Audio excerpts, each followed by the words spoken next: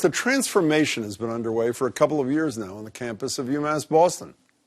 Imagine yourself at one of fewer than 300 prestigious research universities in the country, located on a peninsula overlooking the Boston Harbor. A new campus center and its first dormitory are just a few of the big projects that have been undertaken to try and increase the profile of the school. But as the Boston Globe reported, all that growth has put the campus in a financial bind as the bills come due. It's projected the campus could have a $30 million deficit by the end of its fiscal year in June. Much of the construction was necessary as the classrooms and parking garage were outdated and literally crumbling. But administrators have been warned the fiscal consequences could be severe without proper oversight of all these projects. Another concern is a dip in enrollment. Joining me are Boston Globe columnist Adrian Walker, who just wrote about this. Adrian, good to see you.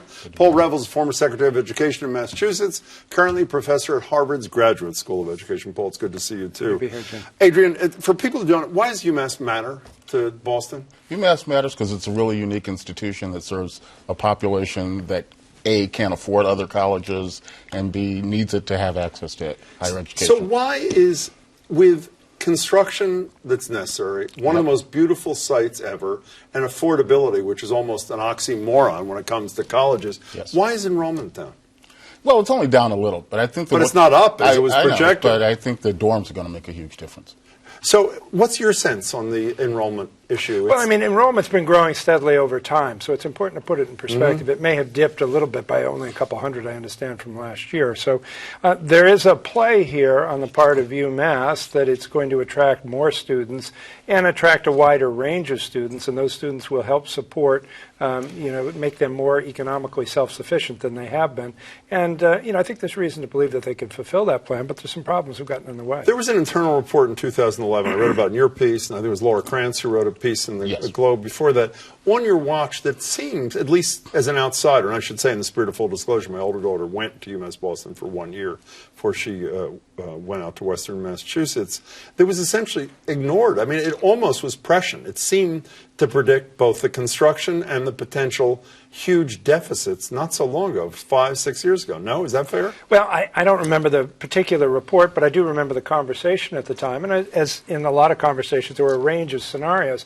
But really, when you come back to the basic problem, this was a situation where we couldn't afford not to invest in doing something about a crumbling campus. As you pointed out in your opening remarks, it was really a very, very poor job was done at the construction in the first place. And by the time this administration took office, on the campus there, it was literally crumbling. The foundation was crumbling beneath the school. So you had to do something. Sorry, but forget 6 years ago. Let's go more current. The most stunning number to me in any of the pieces in the Globe, last year, people were talking about, about a small surplus this year, a couple of $1 million, and now they're projecting in the same year a $30 million deficit. It's like the gang that couldn't shoot straight. How is that possible to be that wrong in such a limited period of time? I don't know. Maybe Adrian has been. I've not been privy to all the numbers, but I know. I think we need a full, sort of transparent look at what's going on over there before we can formulate a final judgment. I think that surplus projection was always pretty fanciful, and I think it's probably fair to say they've tried to do too much at the same time.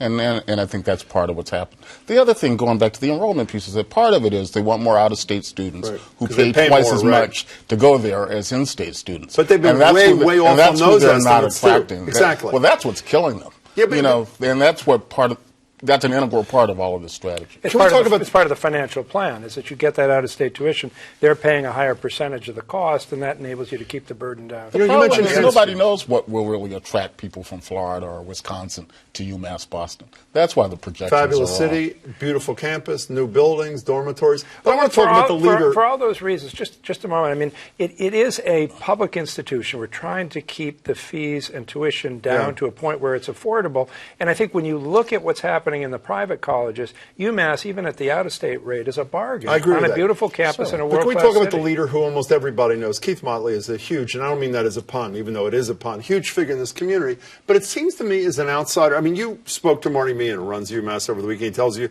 inspirational and transformative leader. Here's what it sounds to me like on the outside. When you take away virtually all his power and give it to this consultant, this guy from Bowdoin is where he is, Barry Mills. It seems to, and you say how inspirational and transformative it is, and you don't extend his contract, which is unusual from what I understand. What it sounds like to me is you're trying to say, don't leave Keith Motley as you push him out the door. Is that an unfair characterization of what probably is happening? I think they want Keith Motley to stay, but they don't want him to really run the university. Is that I think doable? Keith Motley is great as the face of the university. He's a great guy. He's charismatic. And will he do that? People love him. The question is, can he actually run a university?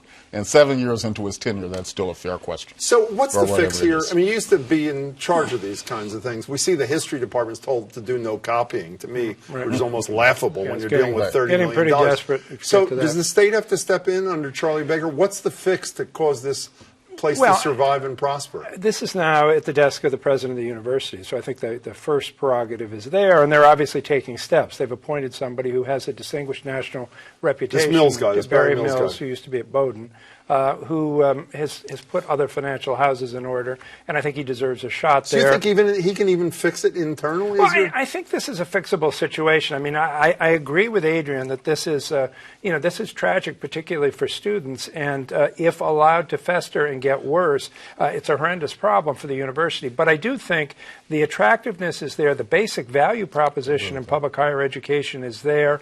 I think they overdid it. They did too many things at one time, both from a financial standpoint and a practical standpoint. If you've been out there recently, it's very difficult to get around, so it's not a very attractive because of the construction place, stuff. Yeah, to be. But there are only 15 seconds left here. Adrian, does Charlie Baker? I mean, you talked about Marty Meehan and the. I don't think they can cut their way out of this. I think meaning Beacon Hill's got to be part of it. Somebody's going to have to write a check. Fair enough. I think that's inevitable. Hope it happens. Thank Good you. to see you both, gentlemen. Good to see Thank you. you so much.